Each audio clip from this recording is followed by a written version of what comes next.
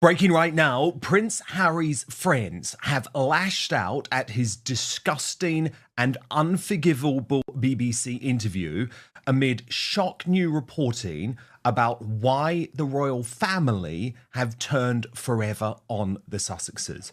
So we're going to get analysis on all of this from royal YouTube sensation, according to Taz imminently. But first, let me just take you through this really sensational reporting from Richard Eden in the Daily Mail in the past few hours. Their headline, what Harry's old friends are really saying about his disgusting interview, as they reveal to Richard Eden what their relationships with the prince are like now. And he reports, of all the public criticism levelled at the Duke of Sussex in recent days, the comments from his old friend Ben Goldsmith were possibly the most significant. Tragic but true. Prince Harry's behaviour is unforgivable, the 44-year-old financier who grew up with the Duke told me this week. The Goldsmith family, particularly Ben's sister Jemima, was so close to Princess Diana and her sons that rumours persisted that the two were sisters. Such claims were unfounded, even though Diana's mother, Frances Shan Kidd, was rumoured to have had a long-running affair with Jemima and Ben's father, the billionaire Sir James Goldsmith. Ben is the first former pal of the Duke to condemn him publicly. But if Harry thinks those comments are strong, he should hear what his old chums are saying in private. For friends tell me they are disgusted by Harry's interview, in which he made a number of explosive personal claims, such as that he didn't know how much longer his father had after his cancer diagnosis. He also claimed that those who wish him harm would consider his defeat last Friday in a legal challenge over his taxpayer-funded security in Britain as a huge win. And this is what one friend told the Daily Mail: "I don't know what's more disgusting, Harry's comments about his father's health or his suggestion that people want him dead. It's very sad, but we all know that he doesn't want to hear things he disagrees with." So that is sensational new reporting from Harry's friends. And according to Taz, also has very strong feelings on this interview. She posted, "OMFG, I'm so sick of reading that Harry looked sad and was about to cry. We should feel sorry for him. The king should welcome him with open arms. He was absolutely horrid in the interview. He was arrogant, cold, smarmy, smug, entitled, bitter, angry, odious, and delusional. Vile. Let this be an end to the constant media stories about reconciliations and olive branches. Harry is still waging a one-sided war against his family, and he's using the media to do it. He doesn't just hate his family, he's actively trying to make the public hate his family. Traitor!" And I'm delighted to say that, according to Taz, is with me now. And I guess what is most extraordinary about this breaking news from the Daily Mail, Tash, is that Prince Harry's friends feel almost as strongly as you do. It's unbelievable that he's done this, and the things that obviously came out in that interview. He shows that he has no remorse after what he did to his grandparents, considering that they went to their graves, both of them, with his last round of accusations that he did on Oprah, the Me You Can't See, the various other podcasts, his book. And he's done exactly the same now. I mean, some of the accusations he came out with were wild.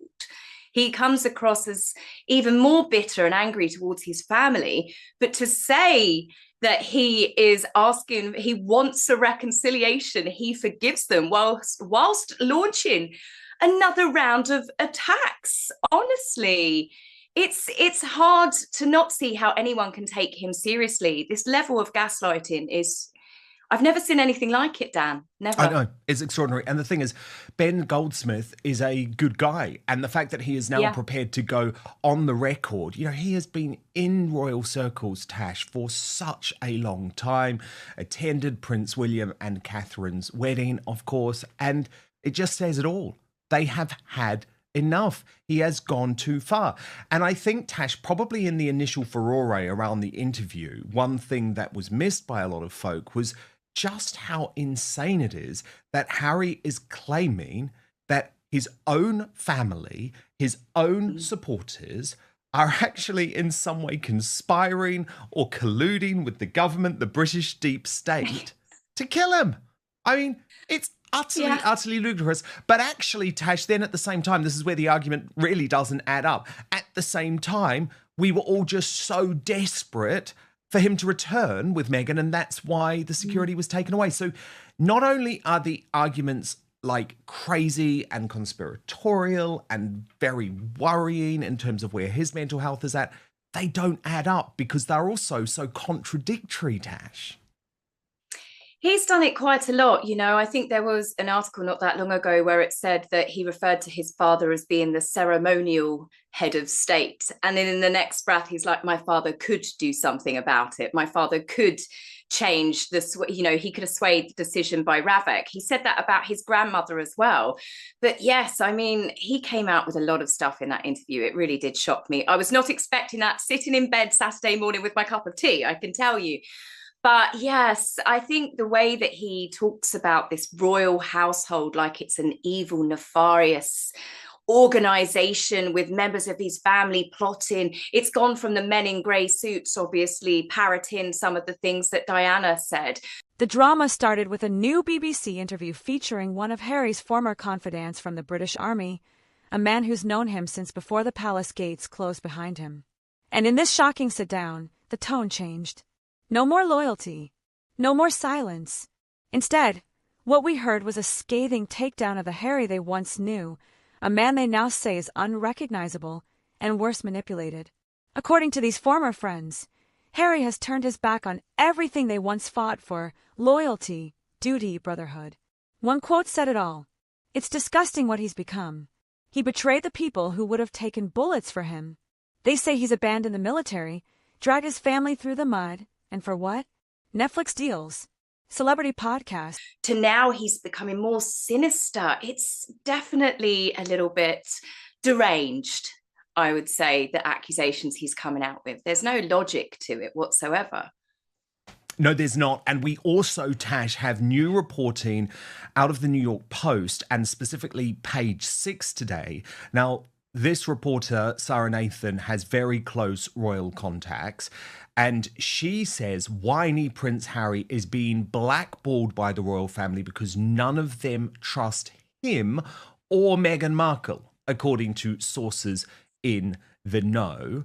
So let me just read you through, Tash, some of this really good reporting from a royal source who says, I think genuinely nobody trusts him, and that's the bottom line. The royal family has major trust issues with him, and that's what is at the heart of everything. They don't trust him and Meghan, and that's why they can't have a relationship. Maybe there's room to forgive, but they won't forget. Forgiveness and trust are two different things. And there's also some other new reporting in this article, Tash. Page 6 is also told that King Charles refused to see his youngest son when Harry jetted over to the UK for the Invictus Games 10th anniversary celebrations in April 2024. The source also mused that Harry, who has not seen his dad since a quick trip to the UK after the monarch announced his cancer diagnosis in February 2024, could even use the security decision as a reason not to bring his wife and kids back for any future royal funeral. Well, I'm sorry, Tash. At that point, I just say, you scumbag. You absolute scumbag. Yeah. We see what is happening here. The children are yet again being weaponized, this time in terms of a potential future royal funeral. We know who they're talking about. We know they can only be talking about King Charles. And that is just so low. It is the lowest of the low. Oh, so you're not going to see your grandchildren before you die. And then if you die, they're also not going to attend your funeral. Well, I'm sorry. That would be considered unforgivable. Although, as we've seen from Ben Goldsmith and Harry's friends' comments, there is no forgiving going on. And his behaviour has already been unforgivable. So maybe we just have to bow to the inevitable. Meghan's using the children as marketing tools. Harry's using his children as emotional manipulation, a way to hurt and punish his father. And I find that's honestly just diabolical, really. I mean, it's one thing to try and hurt his father because he's angry with them. To use his own children as weapons to do that, It's disgusting. I honestly, whenever we always say they cannot go any lower, and yet again they do. They manage to go lower every single time. I'm not surprised that the royals have blackballed him. How could they trust him? You referenced when he came over and he saw his father in February after the announcement of the king having cancer. The next day, don't forget, Harry was up in Whistler having an interview which was meant to be about the Invictus Games. But before he actually came on camera, it was advertised as a health update on the king. I believe that Harry shot over there to get some information. And if the king had told him anything, we would have heard all about it on that interview. You cannot trust him. I say that he's like a fox caught in a chicken shed, picking, bones out of his teeth. It's why on earth would you let him back in again when he's still he's never had any sort of apology for his family, for all of the hurt that he did. And a lot of it was lies on Oprah. The horrible allegations that he leveled at his family using racism and race baiting. Prince William having to say, my family are not racist. And yet here he is now saying that the royal household and members of his family want history to repeat itself. We know that he means his mother, and he's referring to people want him dead. I mean, this is just honestly unbelievable. And the way he referenced, it wasn't my wife, my children, it was my wife and the king's grandchildren. It's just emotional manipulation, and he's using his children as weapons, and that is unforgivable. Oh, it's totally unforgivable. It's totally unforgivable. But Tash, the other thing is, we know how much Harry has struggled with the fact that he is not part. One longtime friend added, "This isn't the Harry we knew. This is someone who's been poisoned by a narrative." And yes, Meghan Markle came up. One source didn't hold back. The moment he met Meghan, he cut off everyone who mattered. She isolated him, and now he's lost. They claim Harry is no longer in control of his image, that every word, every interview is calculated PR.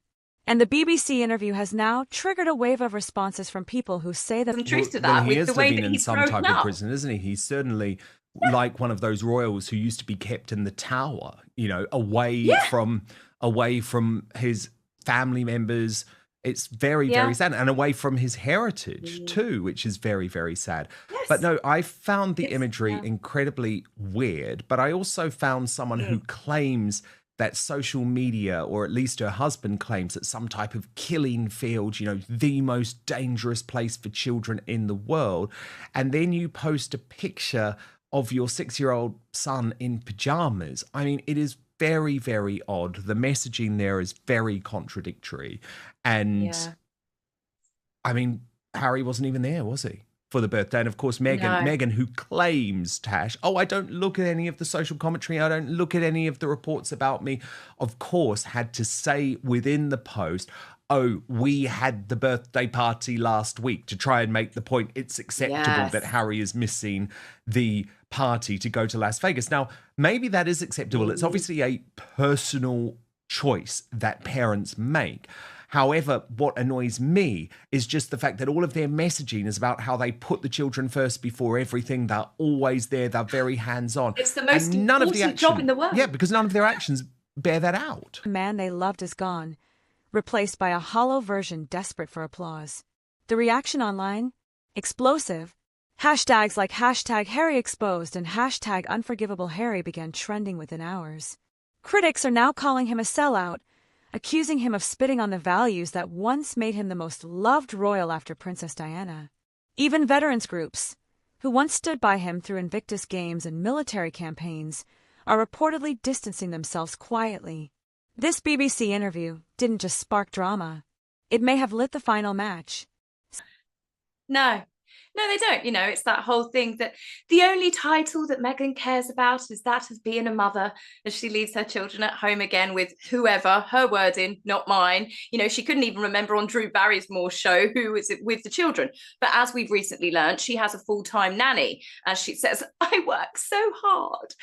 But yes, Harry, for all of the complaints that he's done about his father being absent throughout his childhood, The king had responsibilities as the Prince of Wales. Harry does not have a job. He does not have responsibilities like that. He could cherry pick every single year when he chooses to go to any of these appearances.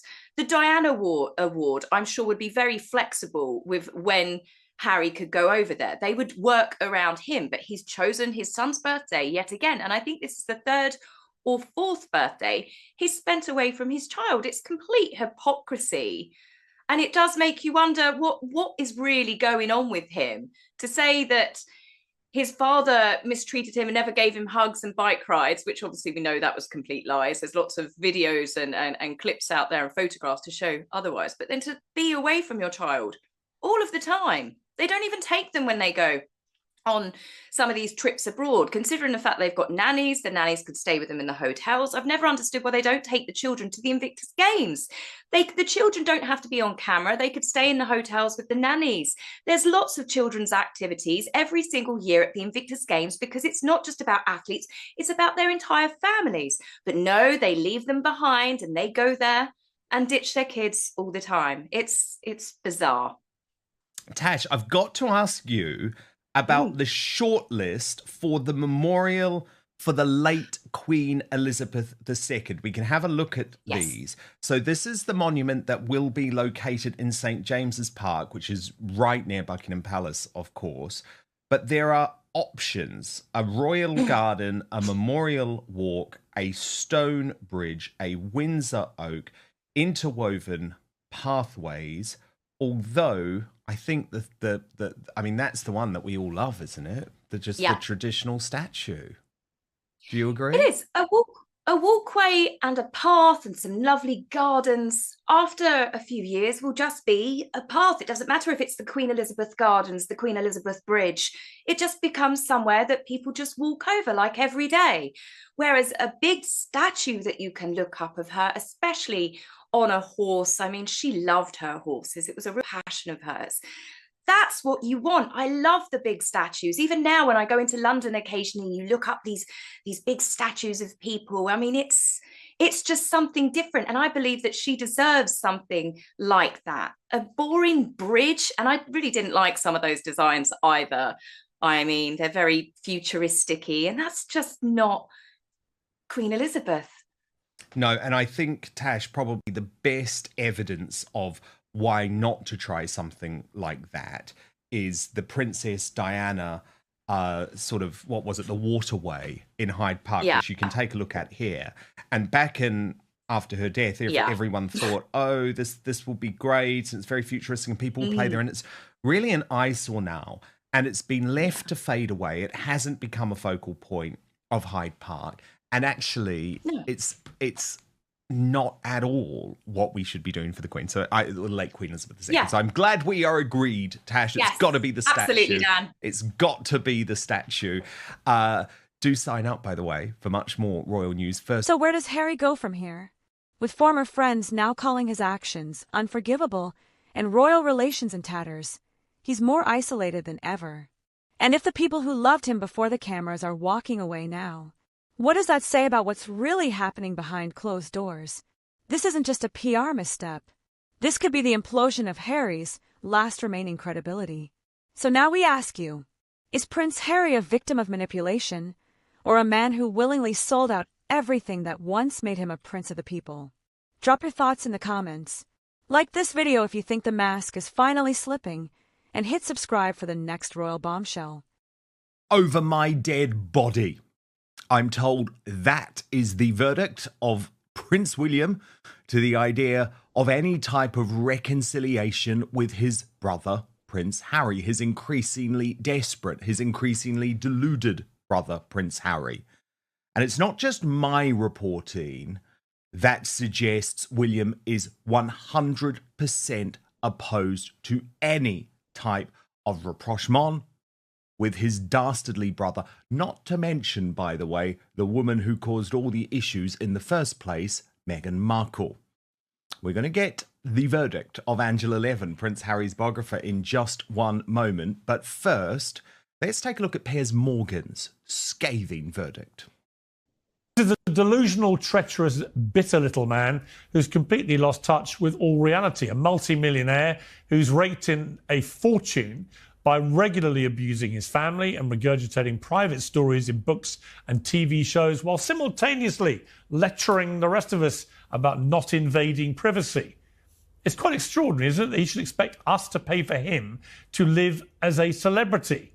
In a half-hearted appeal to the sympathy vote, he said he would like to reconcile with his father before crudely and shockingly speculating on his father's battle with cancer. Now, remember, Piers Morgan, as we know, speaks directly to Queen Camilla and Princess Beatrice and Eugenie. This was his take on William's response to the idea of some sort of make-up with his little bro. Is that the Princess of Wales and the Duchess of Sussex are attempting to reconcile. The brothers are attempting to reconcile Absolutely Harry untrue. with the father. I don't. Absolutely untrue. I really hope that what I've read... I'm told Prince William would literally rather shoot himself. Honestly, I hope that what I've read is true, because it's important. No, you are seeing a decline in the status of the monarchy. Together is stronger. Together is stronger. Angela Levin, I'm hearing over my dead body. Piers Morgan is hearing that William would rather shoot himself. What's your take on all of this? Well, I mean, Harry has been absolutely revolting, hasn't he? Yep. That's not the way to behave. But it's also so mixed up. One sentence is saying, you know, I will forgive them. Even that's sort of pretty ghastly, but I will forgive them. I want to be there. I want to make it all right. And the next, he's suggesting what absolutely the king and the rest of the royals don't want, that he will come and talk and sell everything off to somebody to earn some money of whatever they said, particularly with his father's illness of cancer. You have to be very careful who you discuss it with. And it's obvious that he doesn't want to say exactly what type it is, and we must abide by that. Prince William is done playing nice. According to Dan Wooten, William's response to the idea of reconciling with Prince Harry was blunt and brutal. Over my dead body. Let that sink in for a moment. This is the future King of England saying he'd rather shoot himself than make peace with his brother. And honestly, after everything Harry's done, the Netflix series, the Bombshell memoir, and now this latest plea for sympathy, can you blame him? Piers Morgan doesn't hold back, calling Harry a delusional, bitter little man who's made millions trashing his own family. And you know what? William's over my dead body reaction makes a lot of sense when you consider that Harry is now dragging King Charles's cancer battle into the spotlight. This is supposed to be his father, a man he supposedly wants to reconcile with, and yet he's using his health as a talking point to gain sympathy. Disgusting or desperate? You decide. But Harry wants to, I think it all goes back to Meghan, who wants to destroy the royal family. And whatever he says, whatever he tries to do, it's got to have this part that is going to kill it off. He says he's going to stay with the Prime Minister and with the and try and get him to sort of change things so that he can change the law. Having spent week after week and now being responsible for paying £1.5 million for all the people who've been speaking on his behalf or not speaking on his behalf. So it's just the most biggest nasty mess. And actually what really has made lots of people feel sick is his way of saying, well, my father, I don't know how long he's going to live. Well, yes, actually, let's take a look at the moment that he said exactly that, and then you'll see how Piers Morgan responds. How much longer my father has. He won't speak to me because of this security stuff. But it would be nice to reconcile. You think that's the only reason he doesn't want to talk to you, Harry? It's not that you trashed him, his wife, your brother, your brother's wife, everybody else, calling them all a bunch of callous racists. Think that might have played some part in why none of them want to talk to you or trust you as far as they can throw you? Now, obviously, if Harry did want to reconcile with his father, then perhaps he wouldn't be repeatedly attacking him on TV. The fact is that he and Meghan have become a waning brand of vanishingly limited interest to the American or the British public. Their only currency that works is to peddle very unpleasant stuff about the family and monarchy that they abandoned and are now apparently on a mission to destroy. Now, the king can end this feud, Harry's right, but not by shaking hands with this treacherous little weasel, but by stripping him and his wife of the royal titles that they love to use for commercial gain without doing any of the work that comes with being a working royal in this country. And we saw that, of course, as the VE Day celebrations happened this week. That's what a real royal does. They don't lounge in a California mansion spending the ill-gotten gains they make from trashing their family. And Angela, I think there is this increasing pressure coming down on the king to just say enough is enough. I mean, remember, Angela, in this interview, Harry comes very close. I mean, I would actually argue that he does clearly suggest that the royal family was trying to kill him. It's out of control.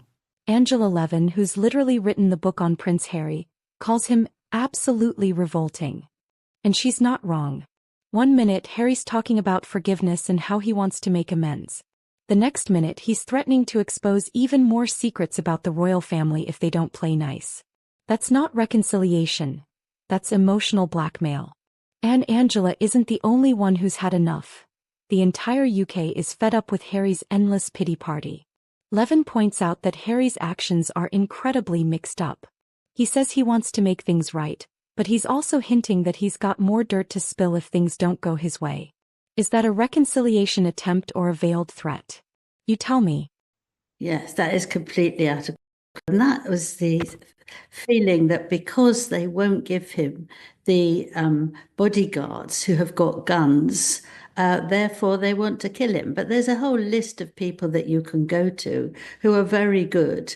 And even if he doesn't get to those, if he's coming for a special reason to see his father or to be involved in something royal, then he will automatically get very good, very high rating, protection. But actually, for somebody who wants to do nothing towards the royal family, won't actually help out with anything, why on earth does he think he deserves this?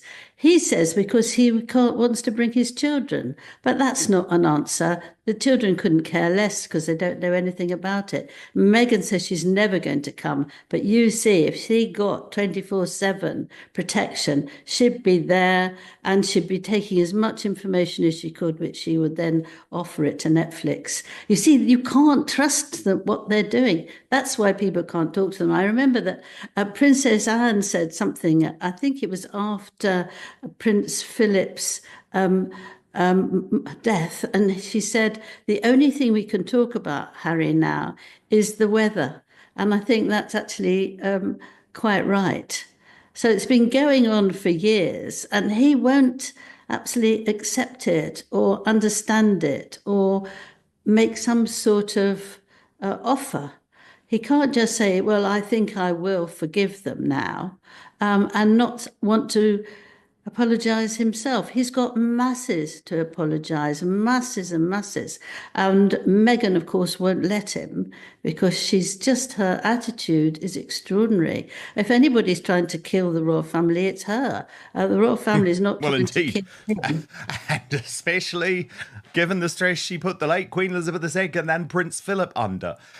In this latest episode of Piers Morgan Uncensored, Angela, he's also gone back a little bit, but it really is worth listening to because remember he lost his job at ITV's Good Morning Britain for claiming that Meghan Markle was lying in her Oprah Winfrey interview, something that we both believe and have been able to prove over the years that she most certainly was.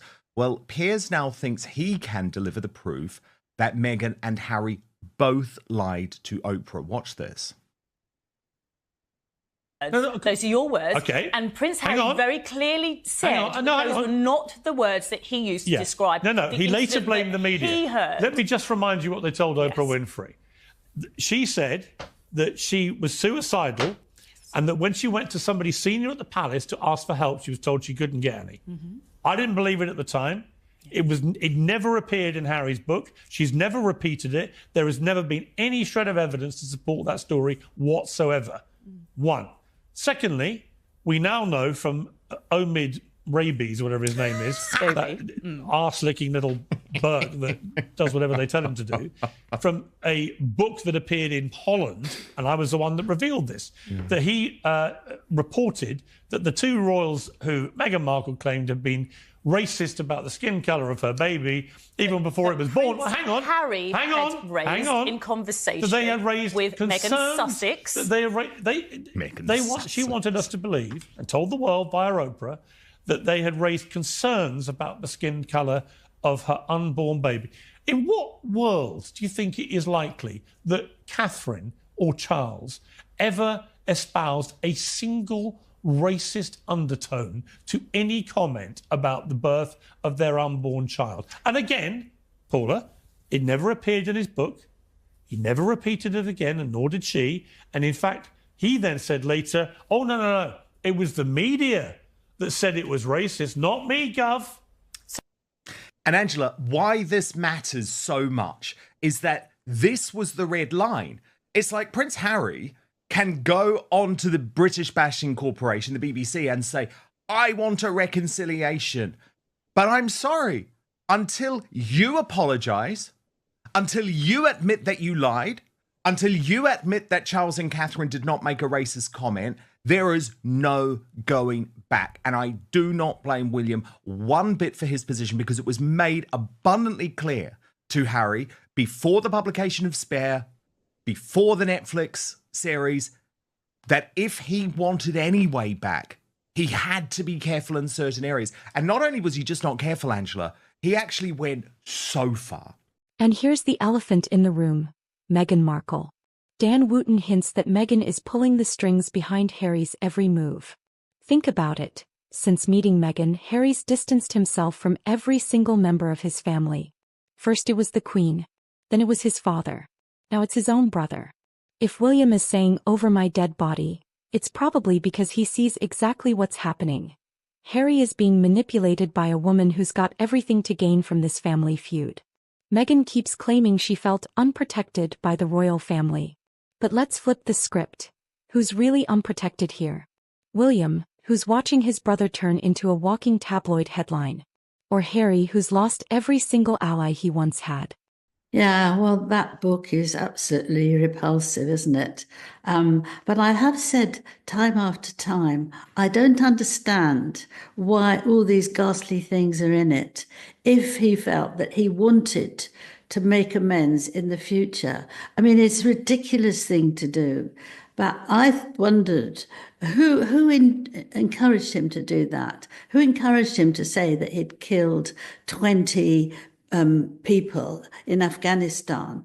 Who will tell him that he has done all sorts of difficult and horrible things and then pretended that they're not there? I can't understand it.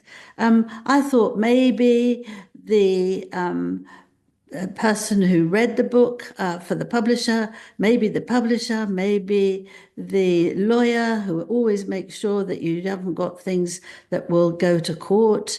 None of that seems to have said, look out, mate, don't you think you ought to be very careful about that, especially saying how many people you've killed in the army. It won't help you. But I can't imagine that Harry said yes, and I want to take it out. And I can't imagine that he said nothing about it. I mean, it's just a very peculiar position that he's in, but he's lost both ways. And I think you can never forget that. And he doesn't want to go backwards. He and Meghan pretend there's no backwards. They start again, which is why he keeps going back to court, because he never listens to what they say, that you can't do this. And he still says, yes, I can. And he keeps on and on and on and on, because in the end, he hopes that they give in. But it's a ridiculous way to behave, and so spiteful and nasty. And why don't they? If they hate the royal family, they can't bear anything about it. Go and have a lovely time in America. Do what you like. Shut up. Just get on with what you want to do. Never mind about showing your children. Just get on with it. You can have a lovely time. But actually, this horrible, nasty, spiteful, awful part of them is just pouring out now. They just really seem to be going ahead with this because they really want to try. It's a time when they really want to try non-stop to make everything fall. And they've taken advantage of the illness, and they take advantage of the ages of the royal family. And it stinks terribly. I also love the fact that Piers just knows how to burst all of Meghan's bubbles, right? And he does so quite spectacularly because remember, he knew her. Meghan Markle was desperate to be BFFs with Piers Morgan, or maybe even more, who knows? Desperate for that before she met Harry. And in this little moment, Angela, Piers reveals the real Meghan Markle, and it's nothing like the Earth Mother that she tries to portray on Jamie Kern-Lima's podcast. I knew her a bit before she met Harry. She was nothing like that. She didn't speak like that. Her mannerisms weren't like that. This is all fake, right? She was a real hard-nosed LA girl, right, who was on the fast track. Yeah. Now she's like this, oh, I'm soft, I'm mummy, I'm this. It's all bullshit. Piers Morgan is not holding back. He says Harry's not only burned the bridge with his brother, he set the entire royal institution on fire. And the British public is watching. Harry's approval ratings are in the gutter, and every time he opens his mouth he loses more support. If he thinks dragging Charles's health issues into the spotlight is going to win people over, he's sadly mistaken. It's true. There's nothing soft about her. She's as ruthless and Californian as you can get. Yes, I agree. She's, I don't think you can actually feel sorry or compassion for anyone like that. She is absolutely revolting. I think she's terrible. And what upset me terribly was her saying, to Jamie Kern-Lima, where she had this podcast, that I've never been happier. I've never been happier. With a very soft voice and touching her face, which she did a great deal. And then you think, what sort of human being are you? You look at your husband and he's in a desperate state. He doesn't know what he's saying, how he's saying it. He's a very, very ill man. And you think you've never been happier. I mean, what's the matter with you? Totally. Now, Angela, because it was VE Day, or just for people outside of the United Kingdom to explain, it was the bank holiday yesterday, so everyone was off work in the United Kingdom, and that's why there was this incredible celebration for VE Day where we saw all of the royals. But what it also meant is that there's been a lot of political heat on Prince Harry because his comments, which have reverberated all weekend, especially in regards to the King's health, unfortunately did take some shine off what was a wonderful day.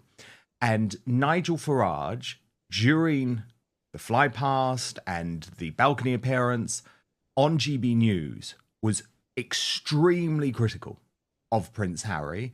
He is, of course, the favourite at the moment to become the next Prime Minister of the United Kingdom, which makes this very interesting. I mean, again, for people outside of the United Kingdom, politicians don't usually like to get involved in the business of the royal family, the personal business. But that is extremely tough criticism from Nigel Farage, potentially the next Prime Minister of the United Kingdom. Oh, good for him, actually. I think that he was quite right to do that. I think when things get to a certain level, you have to forget about what job you've got and what you've really, got to say, and actually speak from your heart. And actually to respect the king is very important. Even if he doesn't follow the monarchy. I mean, it's just common sense that you do pay respect to the people who are in our monarchy, and we want to thank them. And it was very lovely because you could feel British and everything was going right, and that we are the country that makes wonderful efforts to make celebrations for these things. 80 years is a long time, and it's wonderful that they can do it, that the soldiers will march, and there'll be wonderful things and beautiful people sitting there looking at the sky to see the planes. And there's something very, very special about it, I think, that we do very, very well. This is beyond redemption. Wooten even suggests that Harry is lining up his next Woe Is Me memoir. At this point, what more can he say? He's already trashed his family, his country, and his brother. What's next? An Oprah sequel? A Netflix special called How I Lost